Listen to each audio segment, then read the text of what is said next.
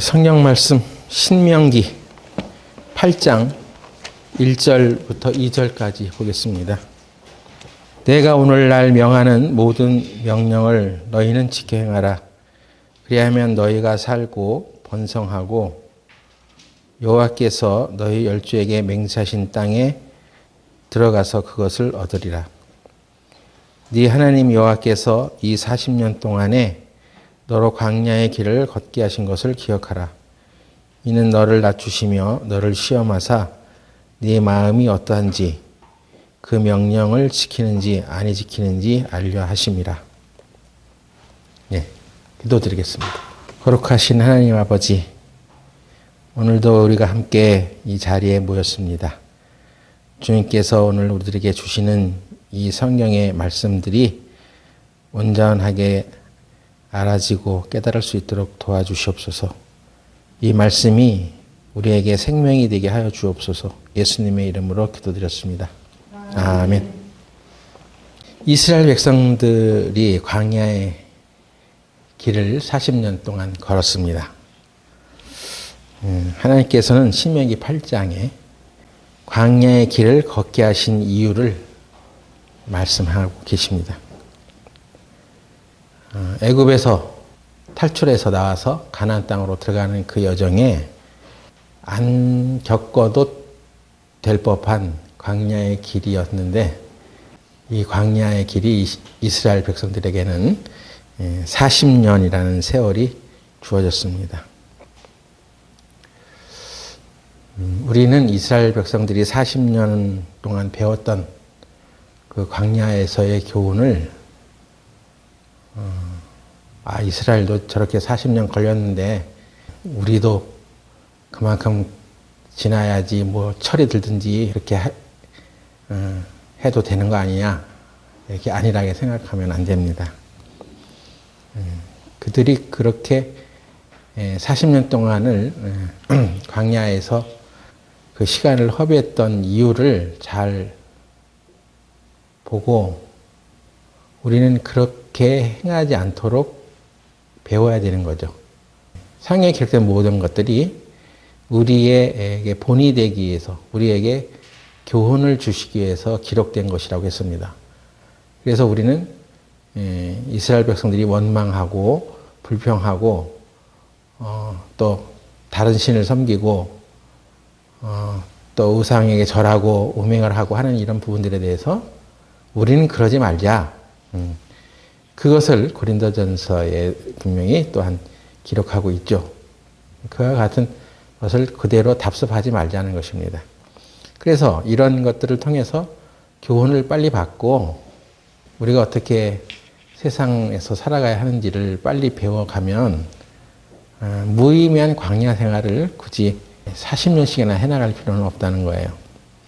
여러분이 구원을 받고 지금 오래된 사람은 한 40년 됩니다. 3, 40년 된다는 거죠. 그러면 이스라엘 사람들이 40년 민족적으로 그 광야의 길을 걸어가면서 하나님이 그 광야의 길을 왜 걷게 하셨는지를 이 설교를 듣고 그런 거였구나 하고 이렇게 깨달았듯이, 그러면 40년이 걸려서 신앙생활을 우리가 해오고 있는데 3, 40년 걸려서 신앙생활을 하고 있는 사람들 대부분이 그러면 이걸 아냐 하는 것이죠. 깨달았냐 하는 것입니다. 여전히 변화되지 않는 그런 삶으로 우리가 이 세상을 살아가고 있다면, 이스라엘은 40년 걸려서 그것을 깨달았는데, 배웠는데, 다른 사람들은, 그것을 배우려고 하지 않는 사람들은 40년이 아닌 50년이 걸려도 깨닫지 못할 것이고, 주님이 오시는 그날까지 결국은 깨닫지 못하다가 부끄러운 구원을 얻게 될 수도 있습니다. 여러분들은 어떤 일이 생겼을 때 이 일들이 나에게 무엇을 가르쳐 주는 것인지를 생각할 수 있어야 합니다. 그것을 생각하지 않으면 그냥 어쩌다 그런 일이 일어난 거예요.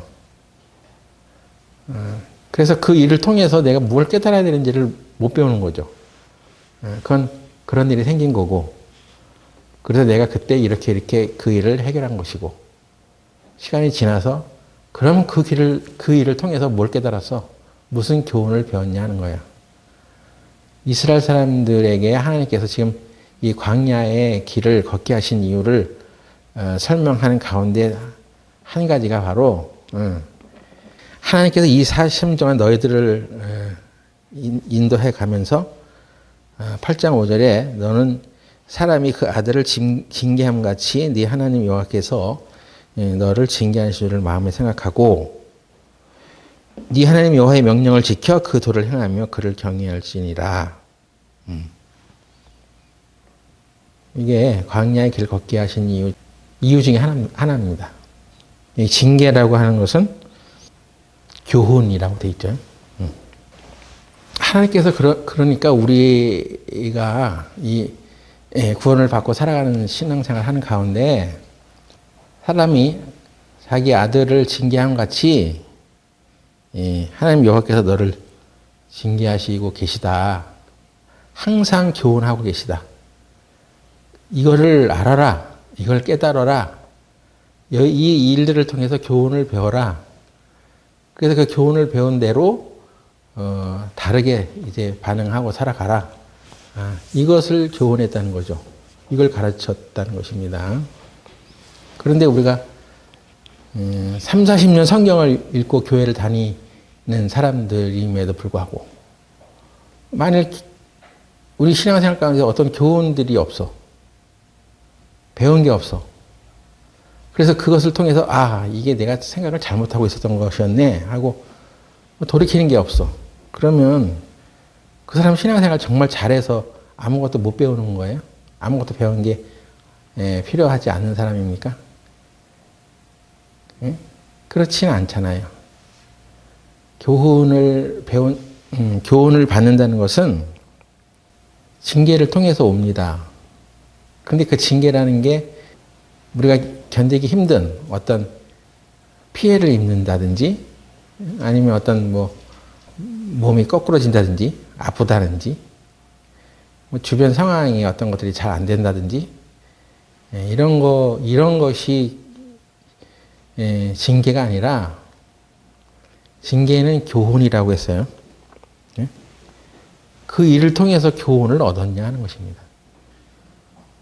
만일에 교훈을 받지 못했다면 그는 징계를 받아도 그 징계의 의미를 모르는 거예요. 징계가 없는 사람은 사생자요 참 아들이 아니라고 했습니다. 하나님께서 왜 우리에게 징계하고 교훈하시냐면 사랑하기 때문에 징계하고 교훈하신다고도 하셨어요. 그러니까 더 사랑하는 마음이 있어서 하나님이 우리를 더 나은 단계로, 더 높은 위치로 우리를 인도하시려고 우리가 지금 잘못 생각하고 있는 부분들에 대해서 그 생각을 고칠 만한 어떤 일들을 우리 주변에 일으켜서 그것으로 내 생각대로 살아가는 게 아니구나. 하나님이 하시는 대로 내가 가야 되겠구나 하는 그런 쪽으로 방향을 턴하는 거예요. 징계를 받았다는 것은 바로 그것입니다. 근데 무슨 일이 생겨도 그 징계가 없고 교훈을 받은 게 없어. 그냥 내 인생에 아무 일도 일어나지 않아. 또 어떤 일이 일어났다 하더라도 그것이 그렇게 큰 교훈은 아니야. 만약 그런다면 그 사람 정말로 성장하지 않는 그리스도인이라고도 할 수 있습니다. 그래서 하나님께서는 히브리서 12장에도 그에게 꾸지람을 들을 때에 낙심하지 말라고 하셨어. 아버지가 그 아들을 사랑하여 징계함 같이 하나님께서는 근실히 우리를 징계하신다고 하셨습니다. 그래서 이스라엘이 광야의 길을 걸어갈 수밖에 없었던 것은 그들이 고치고 변화되어야 할 생각들이 있었기 때문에 하나님께서 그들을 징계하신 것입니다. 자녀에게 징계를 하는 거예요. 그리고 하나님께서 우리의 모든 필요를 공급하신다는 것을 깨닫게 해주신 것입니다.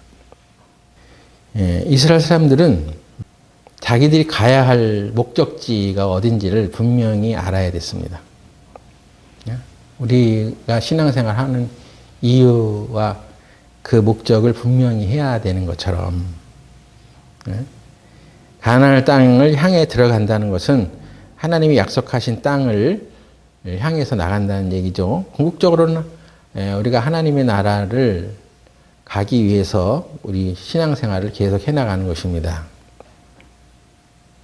그런데 그 땅을 사모하지 않고 오히려 애굽에서 누렸던 그 세상적인 약간의 즐거움, 그거는 우리가 애굽에 있었을 때 고깃가마 옆에서 고기를 먹던 것을 추억한다고, 또 부추도 먹었던 것을 추억하고, 오이와 수박을 먹었던 것을 기억하거늘 우리에게는 이 만나밖에 없도다 하면서 자기들이 그 종살이 할 때 먹었던 그 음식을 그리워하면서 자기들이 가야 할 가나안 땅에 대해서 소망이 사라지고 있었습니다. 그래서 끝내 40년 동안 그들은 그것을 훈련받으면서 그 시대의 사람들이 다 죽어요.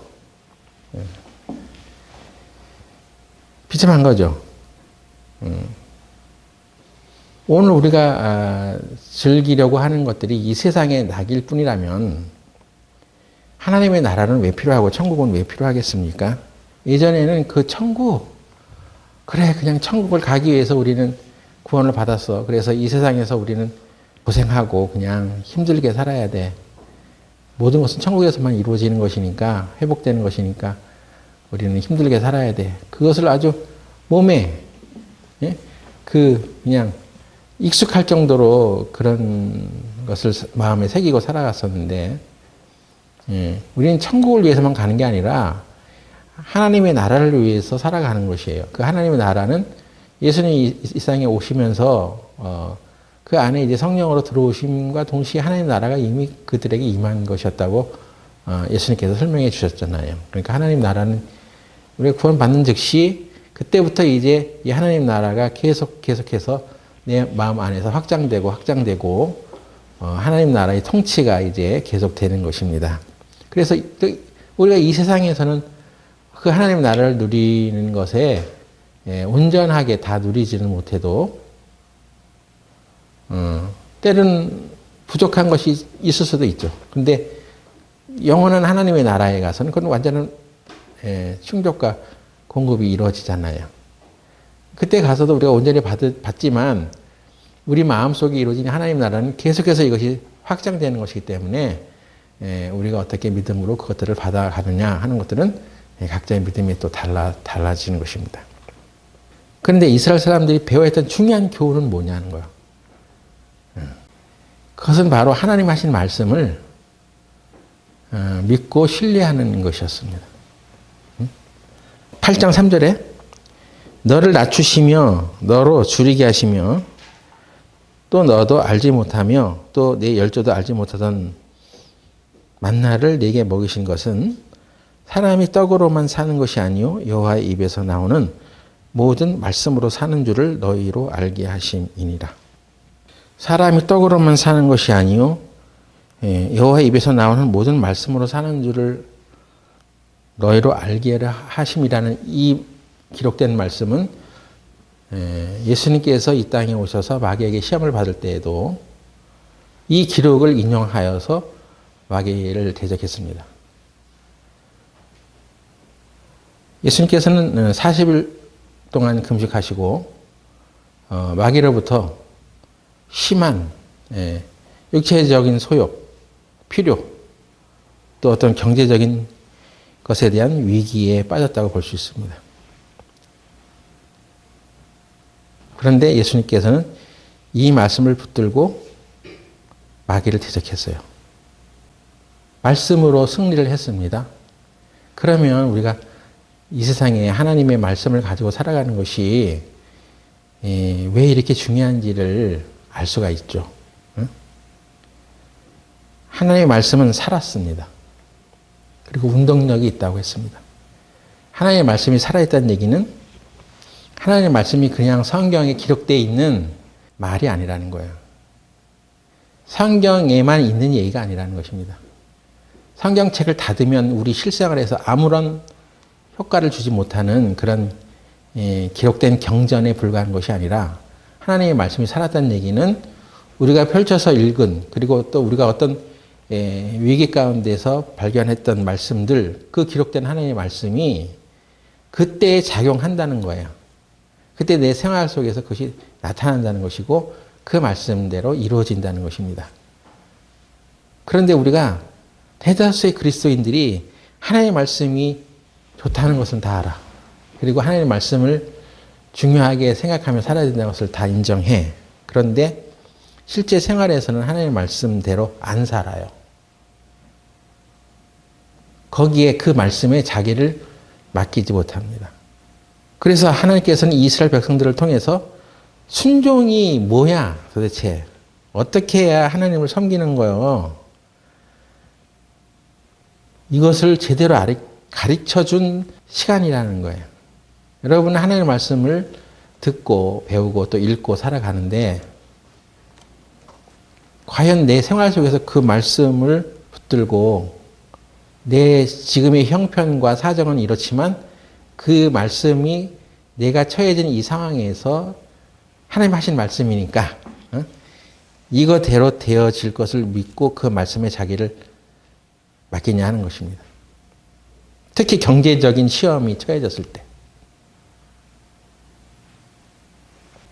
이스라엘 사람들이 그렇게 결정할 수 없었던 것은 가데스 바네아에서 가나안을 정탐한 결과였습니다. 그들은 하나님의 말씀을 듣고 하나님의 말씀대로 우리가 살겠다고 했지만 그리고 순종하라고 하나님의 말씀대로 되는 것이니까 다른 것을 의지하지 말고 하나님의 말씀을 따르라고.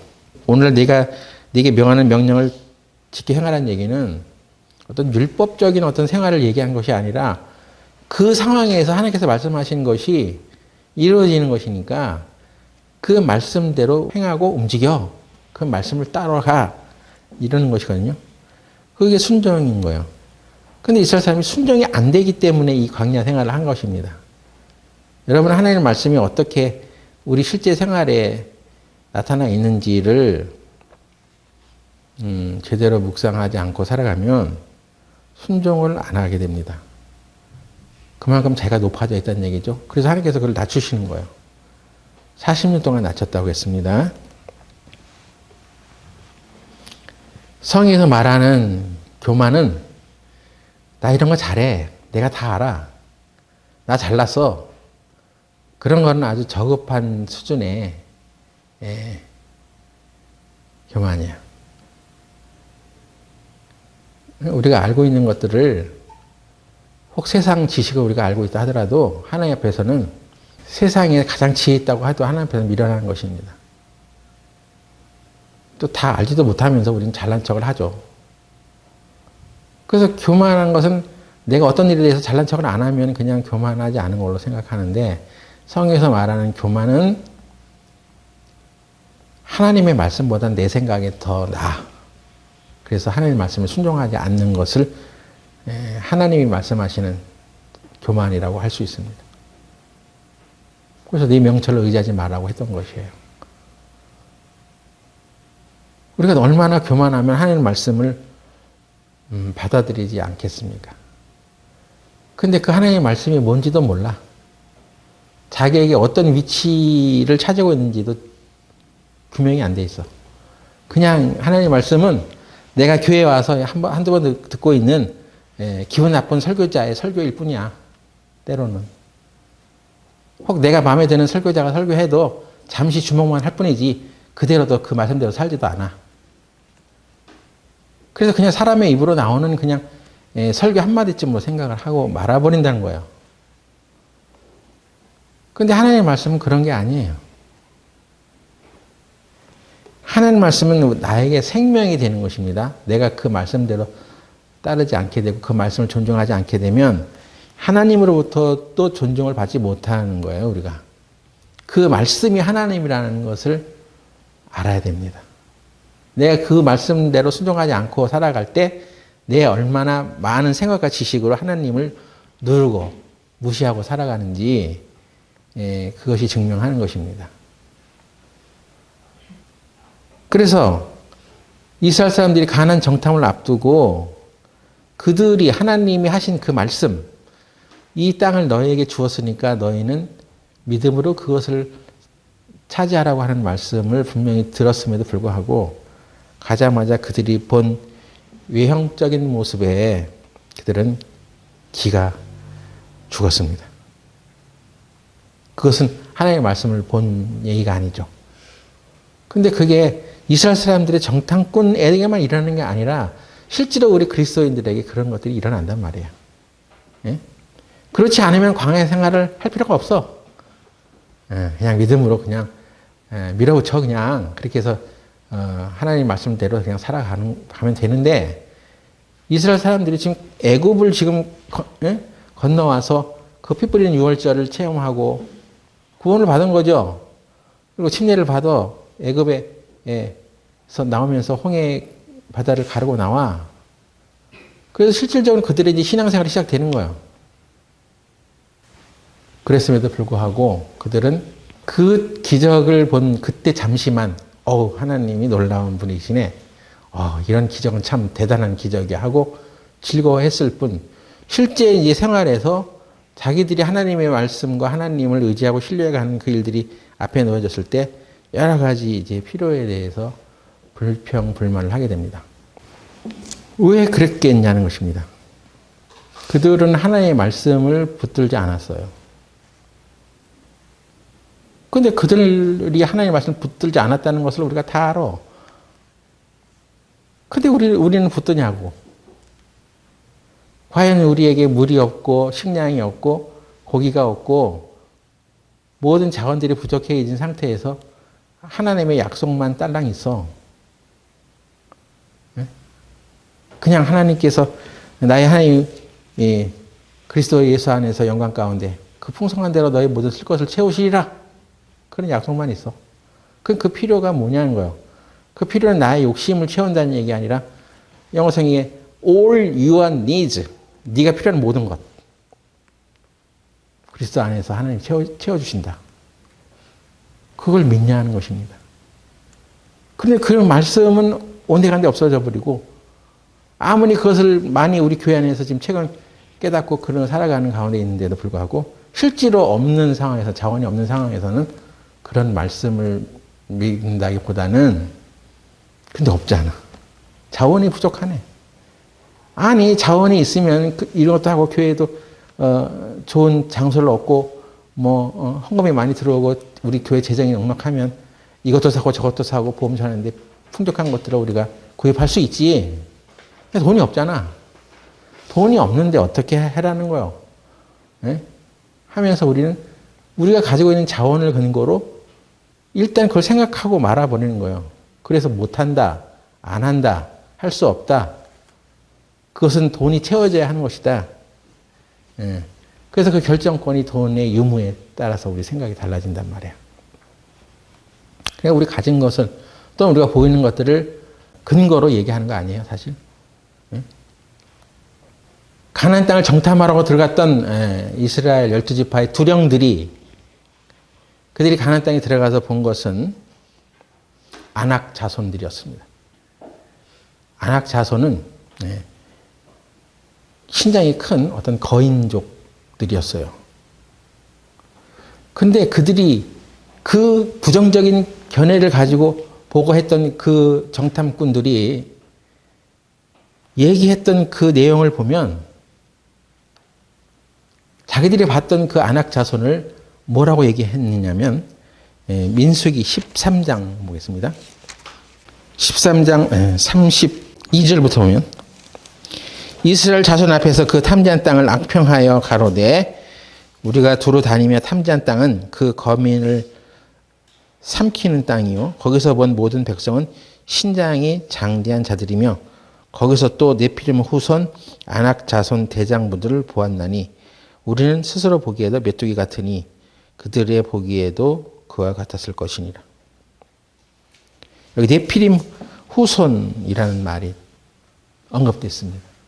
근데 네피림은 어디에 처음 언급됐냐면 창세기 6장 4절에 보면 하나님께서 이 노아가 살던 시대에 홍수로 세상을 심판하기 전에 하나님의 아들들과 사람의 딸들이 자기들이 좋아하는 모든 자로 아내를 삼아서 그 결혼하고 하면서 그들의 후손으로 자식들로 네피림이 출현했다고 성경에 기록되어 있어.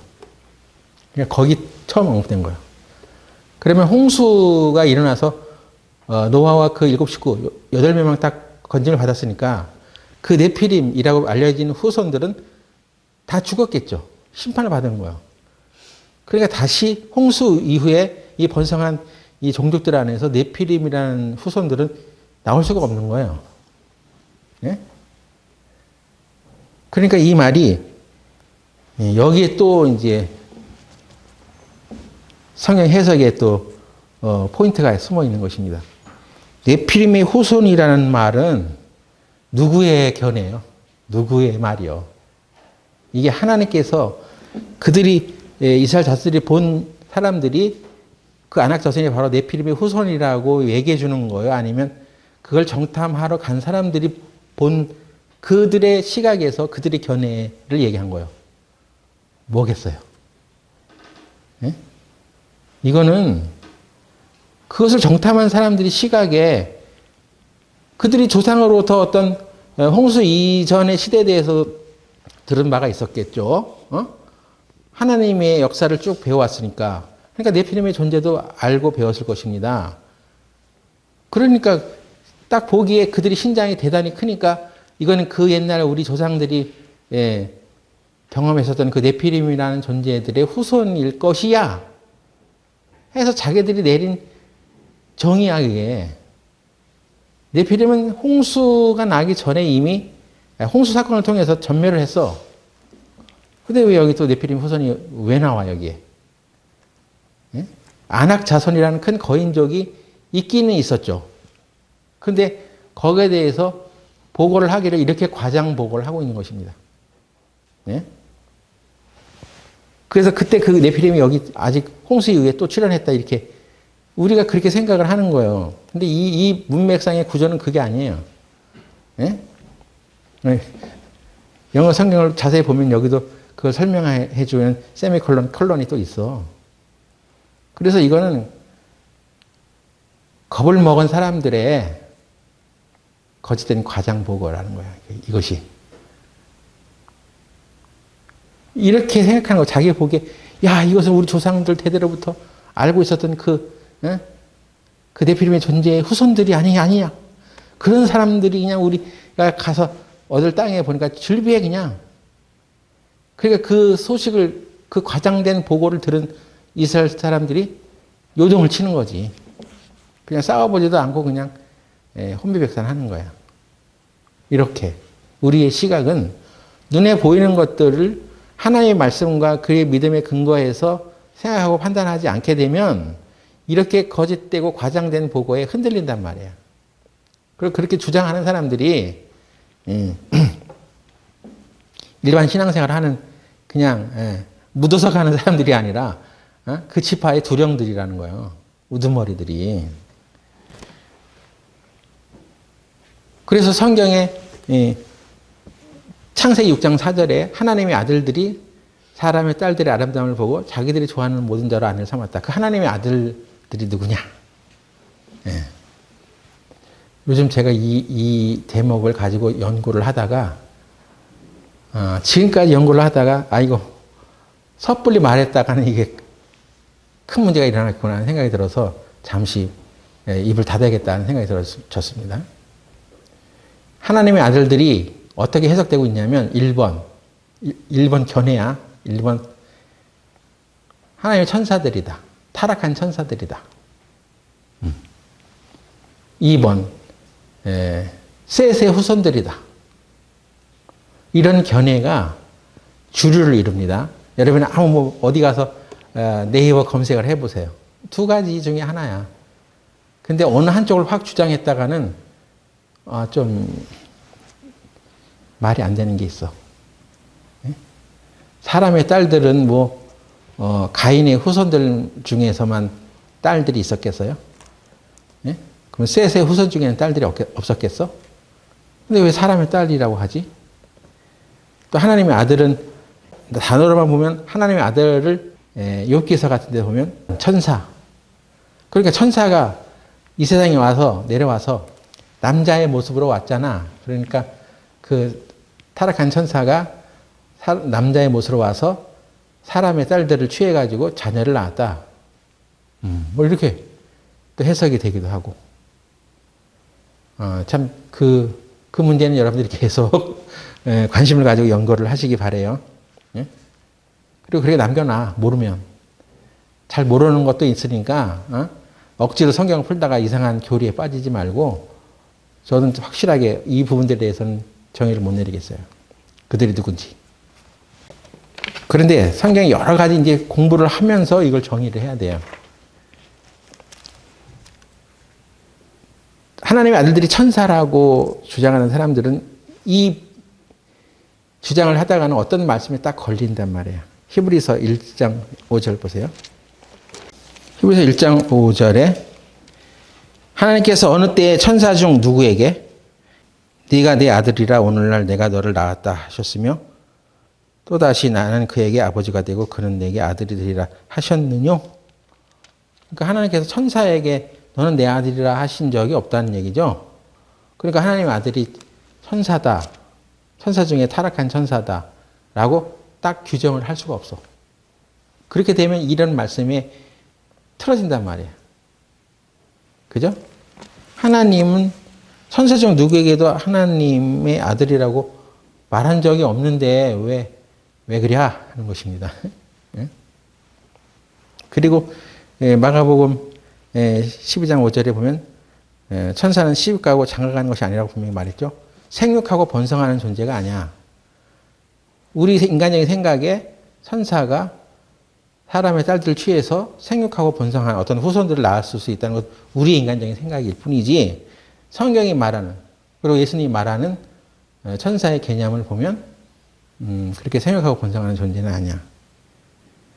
그런데 이 문제를 가지고 유튜브 아무리 뒤져보고 세상 지식을 검색해봐도 이상한 얘기만 들을 뿐이지 진짜로 그것에 결론을 내는 거 보면 석연치 않은 것들이 많아요. 그러니까 그런 정보에 의지하지 말고 오직 하나님께서 성령으로 여러분들의 마음을 일깨울 때까지는 계속 묵상하고 그 결론을 쉽게 내리시면 안 됩니다.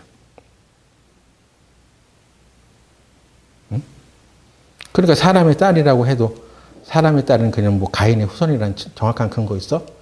예? 셋의 후손들 중에 나온 딸들은 사람의 딸은 아니요. 여러 가지 결론을 내릴 수 없는 것이 있는데 야샬의 책이라는 것이 있습니다.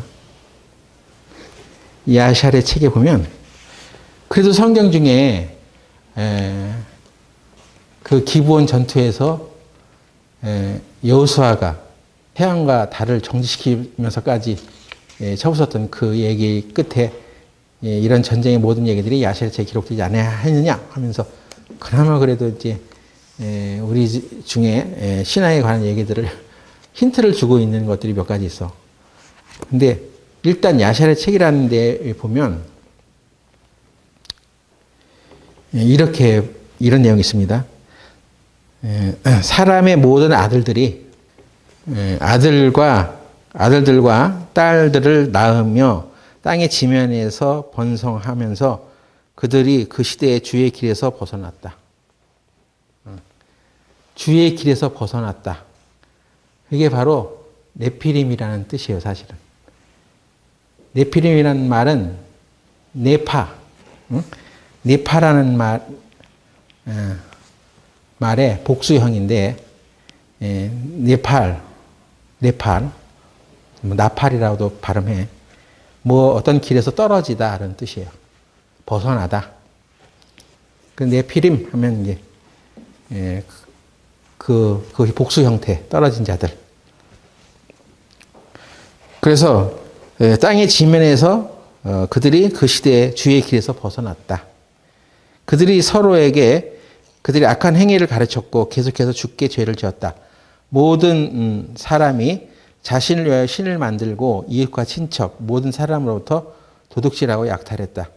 그들이 땅을 더럽혔고 땅은 폭력으로 가득하였다. 그들의 재판장들과 지도자들이, 그러니까 하나님의 아들이라고 우리가 성경에 번역해 놓은 이 부분을, 그 아들이라는 말이 히브리어 원문에는 그냥 아들을 말하는 게 아니에요. 히브리의 아들은 손자도 아들이 될 수 있어. 또 그의 계보, 그의 후손들, 하나님의 길을, 주의 길을 걷는 자들의 계보, 이런 걸 얘기할 때 이제 아들이라고 얘기하는 거야. 그런 말을 써. 그래서 여기에는, 야실의 책에는 그들의 재판장들과 지도자들이 사람들의 딸들에게 가서 그들이 원하는 대로 그들의 남편으로부터 그들의 아내를 강제로 빼앗았다. 이런 의미라는 거예요. 그러니까 어떤 권력자들, 그죠? 그 당시 고대 세계에 그래도 좀 힘 있는 사람들, 뭐 이렇게 유력한 자들, 이런 사람들 중에 재판장들과 지도자들이 사람의 딸들에게 가서 그들이 원하는 대로 그들의 남편으로부터 그들의 아내를 강제로 빼앗았다. 이런 개념이에요. 그러니까 천사라는 개념이 없어. 그죠? 타락한 천사라고 번역이 되어 있지 않아요. 해석되어 있지 않아요. 그리고 그 시대에 사람의 아들들이 땅의 가축들과 들의 짐승들과 공중의 새들을 데려다가 한 종류와 다른 종류의 동물들을 섞는 것을 가르쳐 주를 노엽게 하였다. 하나님이 온 땅을 보시니 모든 육체, 모든 사람과 모든 동물이 땅을 더럽혀 온 땅이 더럽혀졌다. 이종 교배라는 것이 일어나는 거죠. 그래서 하나님의 아들이 그냥 글자가 똑같으니까 천사라고 했던 부분들이 있으니까 뭐 그냥 타락한 천사일 거야 하고 속단을 하면 또 안 된단 말이에요. 그래서 그 당시에 막 이종 교배들이 일어난 거예요. 일어난 것 같아요. 그러니까 가나안 땅에 들어갔을 때 그들이 이스라엘 사람들이 거기에는 석류도 있고 무화과도 있고 포도도 풍성한 지역이었어요. 근데 하필 왜 포도만 그렇게 그 한 송이를 어깨에 메고 두 사람이 어깨에 메고 올 정도로 거대했을까? 그러니까 이 당시에도 어떤 DNA를 아니면 그 이종 교배를 혹은 그 유전자를 조작하는 어떤 기술들을 갖고 있지 않았을까 하는 생각이 드는 거예요. 요즘도 우리 포도 재배하는 사람들이 점점 갈수록 원래의 포도가 아닌 유전자 변형을 일으키는 포도들을 재배해서 먹고 그러잖아요. 그러니까 이런 것들이 고대 세계에도 분명히 있었던 것 같아요. 왜 하필 포도야? 그 포도는 그 동네에, 가나안 땅에 그 아모리인들이 거주하는 지역이었는데 그 거인들족이 먹는 포도죠. 보통 일반 사람들이 먹는 포도는 아니었던 거예요. 그러니까 그들이 먹기 위해서 어떤 큰 종류의 포도나무 종자를 어떻게든 뭐 교배를 했든 이종 교배를 했든 어떤 형태를 통해서 유전자를 조작하는 기술을 갖고 있었을 수가 있죠. 예?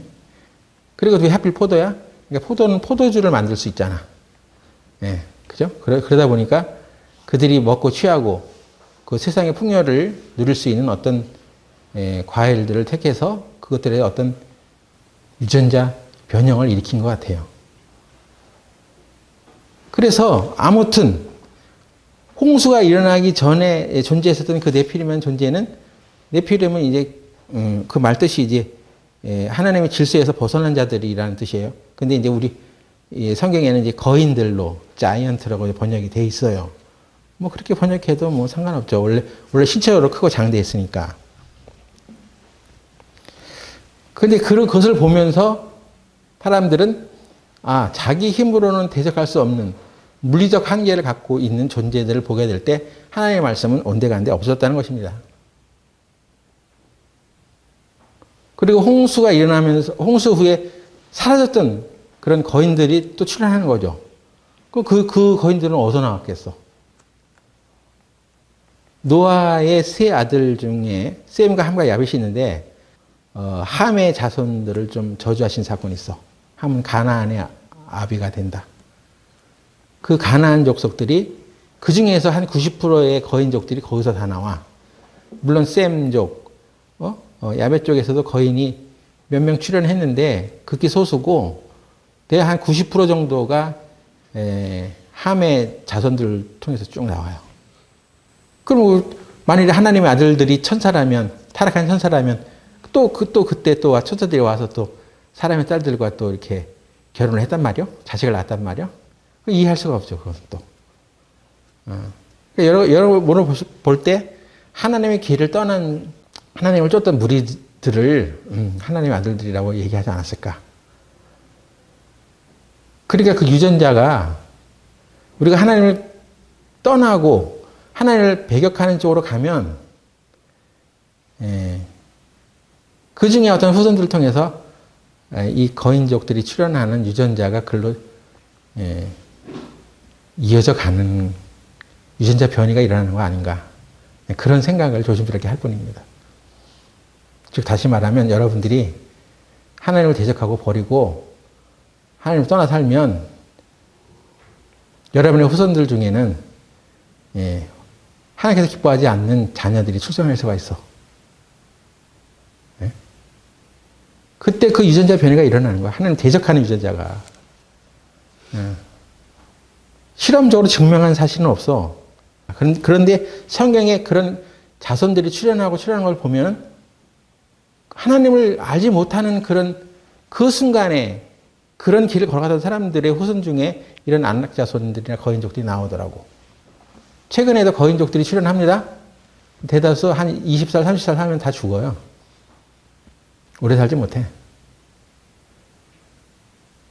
그리고 하나님께서 다윗과 골리앗을 통해서 그 전쟁을 말씀하셨을 때도 다윗이 만났던 그 골리앗은 키가 한 2m 90 정도 되는 사람이에요.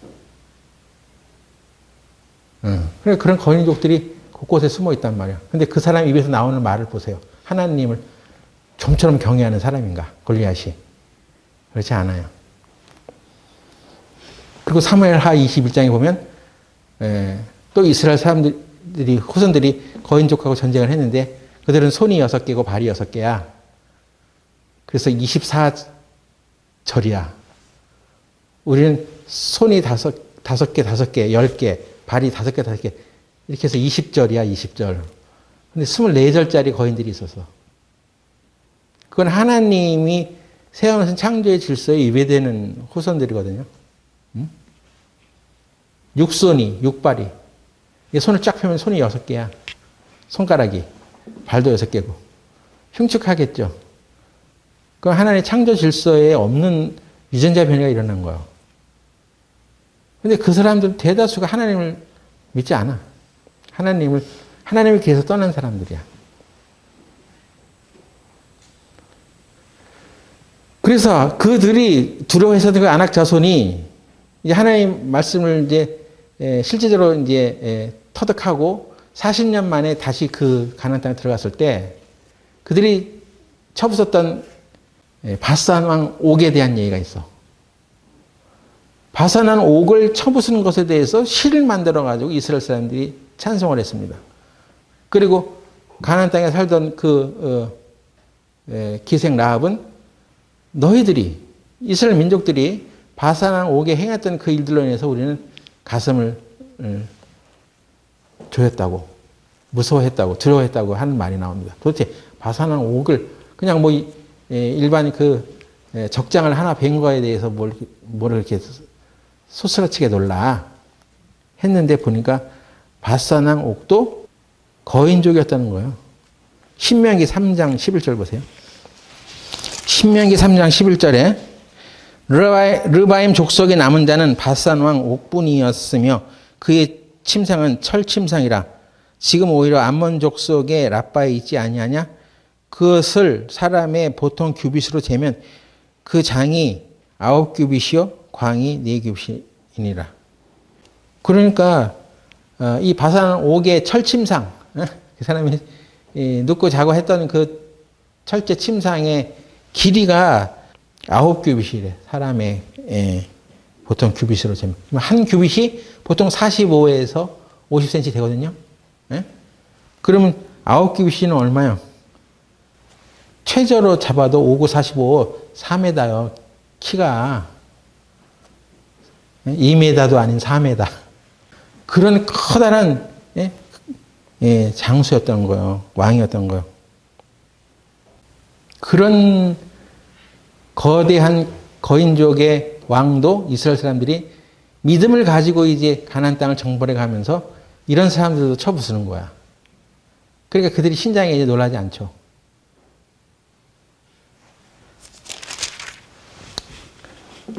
근데 그리스도인들이 바로 이렇게 신앙생활을 해 나가면서 우리가 믿는 하나님의 말씀을 의지하고 나가면 처음에 그들이 두려워 떨었던 그 거인족들도 요소요소에 출연했지만 이스라엘 역사 중에 쭉 보면 그 뒤에 가나안 땅에 들어가서 다윗이 쳐부순 골리앗, 또 다윗이 이 골리앗만 쳐부순 게 아니라 그의 부하들도 때로는 어떤 거인족들을 막 대상으로 승리해 나가고 그러거든요.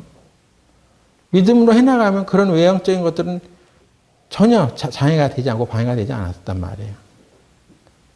그들이 갖고 있는 신체적인 조건이나 어떤 환경을 가지고는 대적할 수도 없었던 그런 존재들을 하나님의 말씀을 굳게 믿음으로 인해서 다 이것을 헤쳐나가게 됩니다. 이것을 배우는데 40년 걸렸던 거예요. 이스라엘 사람들이. 그럼 여러분 얼마나 걸릴 것 같아요? 하나님의 말씀 순종하는 데 얼마나 걸릴 것입니까? 응? 여러분 하나님의 말씀을 아침마다 듣고 보고 배우고 익히면서 오늘 좋은 말씀을 배웠어. 이렇게 끝날 게 아니에요. 그럼 그 말씀대로 살아갈 수 있냐는 거예요. 특히나 어떤 재정적인 문제에 앞두고 교회를 위해서 헌신하고 희생해야 될 때 내가 가지고 있는 재물에 의지하지 않고 하나님의 말씀을 의지하고 선택할 수 있겠냐는 거예요. 실제 생활에서는 그렇게 안 하잖아요. 못 하잖아. 하나님의 말씀이 약속하신 그 능력보다는 내가 가진 것이, 내 눈에 보여지는 것이 더 내 결정과 판단의 근거가 되고 있지 않느냐 하는 것입니다. 하나님께서 우리를 광야의 길 걷게 하신 것은 우리 앞에 더 약속된 축복의 땅이 기다리고 있어. 우리가 하나님의 말씀을 의지하고 나갔을 때 우리에게 부여해주는 그 모든 축복의 약속들이 우리를 기다리고 있어. 너는 그것을 믿고 순종함으로 네 주변에 있는 상황들을 의지하지 말고 네가 가진 것을 의지하지 말고 결정을 해. 선택을 해. 그리고 그 길로 가. 이것입니다. 하나님께서 이스라엘로 하여금 광야의 길을 걷게 하신 이유가 바로 이것이었습니다. 더 좋은, 더 나은 확실한 미래가 우리 앞에 놓여져 있으니 하나님께서 그걸 준비해 놓고 있으니 너는 너의 생각을 의지하지 말고 네 생각보다 더 뛰어난 하나님께서 하신 말씀을 의지해. 그 말씀대로 살아. 이것입니다. 우리가 그것을 실제 생활에서 경험해가는 우리 교회가 되었으면 좋겠습니다. 기도하고 마치겠습니다. 하나님, 우리가 하나님의 말씀대로 살아가고 그 말씀에 순종한다는 것이 어떤 의미입니까? 오늘 우리가 읽고 또 배우는 이 하나님의 말씀을 통해 이것이 실제 생활에서도 우리가 그 말씀대로 선택하는 우리 교회가 되게 하여 주시옵소서. 그리하여 우리 교회 성도들이 하나님의 말씀을 택한 결과로 결국에는 하나님께서 준비하신 그 축복의 땅을 반드시 들어갈 수 있도록 인도하여 주시옵소서. 예수님의 이름으로 기도드렸습니다. 아멘.